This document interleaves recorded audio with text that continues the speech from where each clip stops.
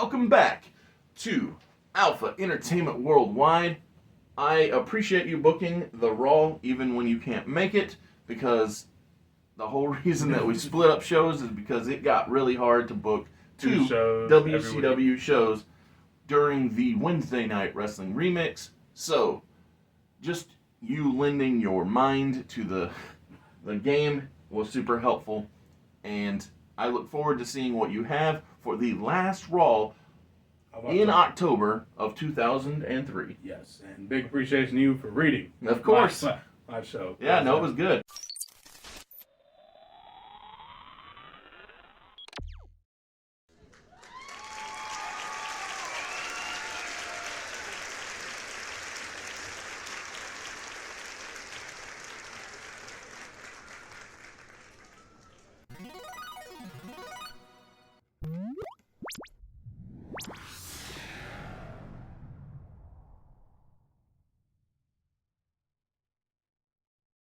General Manager Eric Bischoff and Tori Wilson opening up this Raw on 10/27 of 03. So, like we saw in last SmackDown, the Survivor Choice Tournament has been announced. Eric and Tori announced also that next week's Raw will be 3 hours. But that's cool. Yeah, I'm about to say. Make it happen. It happens at random points. Sure, it has happened before. The network for an extra hour so we can squeeze on that Iron Man match next week. Oh, that makes sense, yeah. Because next week's going to be a huge show, big Iron Man match for the Evolve title with Christian versus Shawn Michaels. We also decided to have all of our quarterfinal matches for the Survivor's Choice Tournament. Then that is all they have to say. 3 hour Raw, yep, I covered it. So, Brock Lesnar comes out, absolutely squashes Carlito. Again, no knock on Carlito, but, you know, it's Brock. Oh, absolutely, and here's the thing. Carlito's a great bumper. He's Phenomenal. not in that same stature Okay. as Brock Lesnar. Well, not right now. Oh yeah, he does. He does. I'm get about to say, shredded, yeah. 10 years down the line, he looks a little different. Exactly. A little different, as the kids say. Yeah. It's literally just, basically what happened was Brock came out, talked shit, basically was saying, doesn't care if JBL or Goldberg wins the number one contenders match whenever they're doing that, because regardless of what happens, the title ain't going nowhere anyway. Mm-hmm. So either he'll dominate JBL. So yeah, it doesn't matter if I'm putting the one in Goldberg's streak. Brock Lesnar will take anybody out. I'm about to say, give him a name, give him a body, they'll all go down. And then, of course, Carlito comes out, talks his trash, and that's how the match ends up happening. And Brock just, literally, match starts, bell rings, Well, here's F5, my question, though. done. Does Brock take the apple shot to the face? Oh, yeah. Whew. Yeah, of course he got murdered. Yeah. Yeah, does it before the match even starts. So, Yes. of course, Paul's like, You were asking for it. so, of course, Paul knows at this point. He's like, well, he's going to die. Yes. All right. Referee runs down. So Paul's like, all right, let me get out of this ring. He rings the bell. And then Brock just, F5s him and kills him. 1, 2, 3. Yeah. And then hits an F5 and throws him out of the ring. Yeah, I believe it. And, showing the dominance of our world champion. 100%. After that segment, Regal, Gale, and Tajiri all come out to the ring. Regal and Tajiri are both in Survivor's Choice Tournament and guarantee that at least one of them, if not both, will make it to the semifinals. And one of them will be representing Eric Bischoff's Raw as we go up against SmackDown. Just SmackDown, no one on SmackDown. Lita comes out and demands one more match for the Women's Championship next week. However, as she's saying this, Trish Stratus also comes to the ring and says, unlike Lita, I haven't lost already. In fact, I haven't had a championship match since I lost it. I was about to say, in reality, that's probably only been a couple months. And Trish also had that feud with Stacy. Oh, yeah, in between. Yeah, in between time. But, as you know, she's been winning. Yes. Since that happened. So, she is not technically incorrect in her desire to become... Let's also be real. She's a very strong character anyway, so she could be lying and be fine. Yeah, also valid. Of course, Tori, big fan of, more women's wrestling on TV. And decides, you know what? It's a great idea. We'll just book a triple threat for next week. Triple threat women's title match. Yeah, I ain't mad at that. Might as well make the show next week even bigger. Got 3 hours to kill. So, now that that's done and dusted, we have Kurt Angle coming out. Another U.S. Open challenge says, doesn't matter who, doesn't matter where. I got to keep myself sharp, keep myself great as your American hero. So who wants a shot at this U.S. championship? Out comes the returning Hardcore Holly, Cool. who's been gone for, oh God, I don't even know how long he's been gone for. Oh, I can tell you what took him out. I don't know what the exact day was, but I'm about to say on it. Brock Lesnar broke his neck in a powerbomb mishap.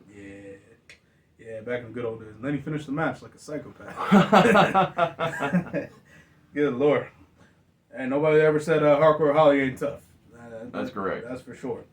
In the revived ECW, he felt like, man, this guy could be a threat. He feel like the night that he got his back lacerated, right? Oh yeah, it was like, man, this dude's tough. Yeah, and always the image I have whenever I think of Hardcore Holly's matches is him like surviving something that lesser men would have just been hospitalized for. Let me just get out of this ring, please. Yeah, they've been like, okay, I'm done wrestling for my life. As he continuously drops him on his neck, that was recently repaired. What a villain. Well, Kurt also is familiar with the having a broken freaking neck, so yeah, probably still has one right now. If I'm being honest with you, about to say, I think most of his WWE career, his neck was broken. Honestly, it's a good back and forth match, but it does end when Angle hits an Angle Slam. 1, 2, 3. It is still Kurt Angle, guys. Come on now. After the match, Kurt says he's also in the Survivor Choice tournament, and he will dominate the tournament and win the finals. What was the prize again? For Survivor Choice? You remember TNA's Call Your Shot Battle Royal? Yeah. It's the ability to call your shot. Okay. So it's not a specific thing. It's the ability to take your life into your own hands, to change the course of your destiny. Yes, exactly. Something philosophical like that. And so, I don't know. I feel like we don't have Money in the Bank, so it can be challenging for a top title, but it can also be, let's say, the 30th spot in the Royal Rumble, right? Okay. Or let's say that you believe in your friends so strongly that you say, me and my whole faction, whether it be Team Angle or a different group, they want a shot at the trios titles. They don't have to go out and earn them. They say, hey, or they, yeah, we want this opportunity. We want this opportunity. So it's the ability to change your spot. Okay. All right. So all it says, he's going to change his destiny and the destiny of his team with a victory in the Survivor's Choice tournament. Sweet. Next up, we get video of Christian prepping for his Iron Man match. So, cardio. Yes. Lots of cardio. 60 minutes is a long time. Christian is prepping for his Iron Man match with Shawn Michaels. As he's in the gym, because wherever he's at, Sean O'Hare is as well. Sure, it makes sense.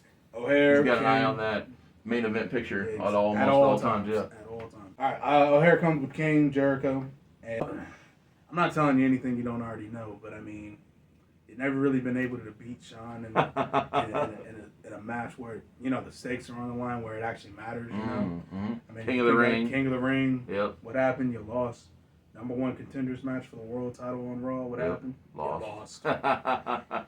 Every time you get in the ring with Shawn Michaels, the destiny always seems to be sweet chin music. 1, 2, 3. You lose. It's almost like in order to cross that finish line, you gotta go places you've never gone before. Take yourself into a mindset you've never thought of using before. But hey, I'm not telling you anything you don't already know. I like that. Thank you for being here at Mr. Super Oz. This video is going out, and this channel only exists because I, Oz, founded Gamble Comics, which first release was Everlasting Survivors, a 68-page graphic novel called All Day Long. Available now. Follow the link in the description that will take you to gamblecomics.com. While there, you can get hats, shirts, posters, much, much more. But most importantly, the story itself. But tonight, we got a main event to get to, ladies and gentlemen. And it is Rob Van Dam and the Dudley Boys. Those damn Dudleys. Versus Evolution, which is Flair, Randy Orton, Triple H. Evolution is indeed a mystery. But the reason ECW went out of business is not. That's right. According to Hunter. Savage that man is. So, they're in an elimination steel cage match. Because it's elimination steel cage, and I think leaving the cage is lame, it'll just be pinfalls and submission inside the cage. So if you leave the cage, great. No, I'm with you. I think that makes more sense. Yep. Realistically, I think pinfall suspension is the correct answer. Yeah, it would be the best thing to do. When you're eliminated, obviously you leave the cage, go Yes. back. Security, official, Escort whatever it shit. takes. Yeah. I'm about to say, whatever human being needs to make that happen, they'll make it happen. Yes. I'm just going to give you the highlights. Rick eats a 3D 5-star frog splash combination. And by combination, I just mean 3D and then a 5-star frog Yeah. splash. I knew what you meant. All right, perfect. One thing leads to another is what you meant. Yeah. Exactly. There you go. Rick is eliminated. Then Randy hits an RKO on Devon. Devon is eliminated. Bubba nails a Bubba cutter, ironically, which is just an RKO. Yes. And covers Randy, gets the 1, 2, 3. Well, it's also 3D without Devon too. Oh, yeah. Depending on how you look I'm at about it. to say, yeah, that's a great point. That's actually a phenomenal. I never thought about that. Like, why the hell is that his finisher?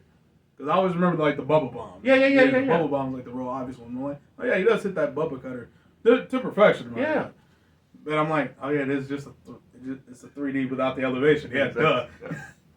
Man, that's like realizing why the sharpshooter is called the sharpshooter. Yes, on the because he's a corner. hitman. Yeah, because he's the hitman. Again, that gimmick never really comes up like that. He's just Bret Hitman Hart. And you never really think, oh, Hitman. Yes. Hitman. I mean, I'll be real. It would have been a really smart choice for a promoter to treat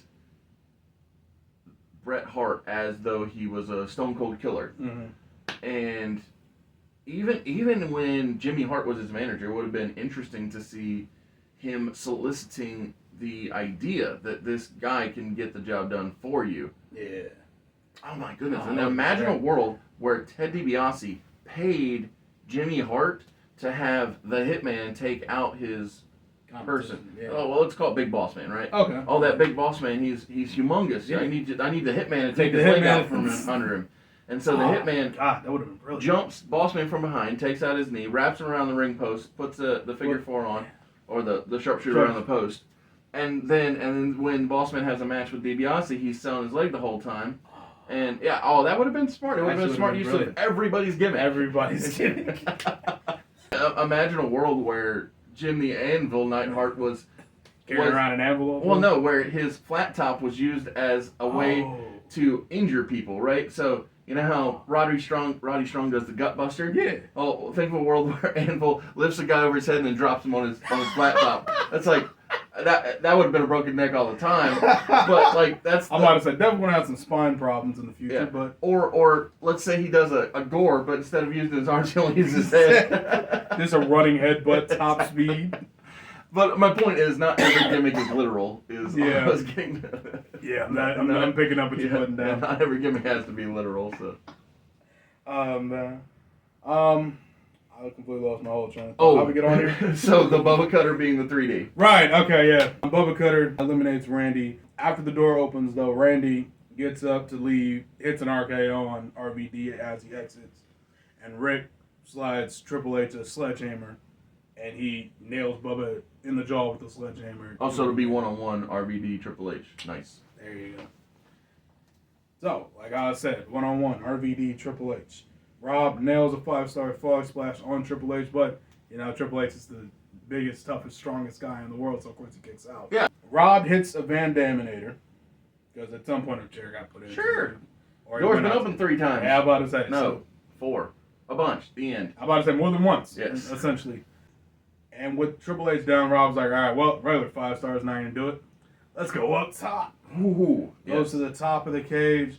Crowd's losing their mind. He hits the Rob, Van, Batista's music hits. And of course, Rob's like, oh crap. That's a large body coming at me. Top speed. Batista runs down, gets in the cage. Rob's like, well, screw it. I'm up here anyway.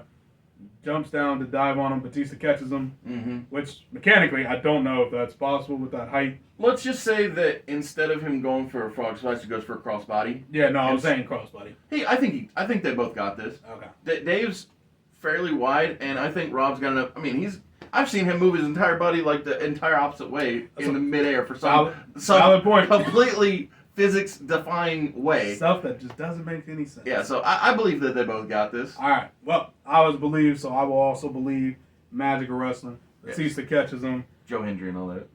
There you go. There you go. Get the clap in. But catches them. hoists him up into the Batista bomb, drops him, drags Triple H's lifeless body over top. 1, 2, 3. Evolution to win the grudge match. Oh, that's really cool. And Dave's back. And Dave's back, Love it. which is what I've been waiting on for months. I did not realize how long he was hurt. Yes. That was really annoying. I was a big fan of this era of Dave Batista, both in Dang. presentation and just execution. I was watching some 20-year-old wrestling, which feels weird to say. And I was like, man, that guy's just awesome.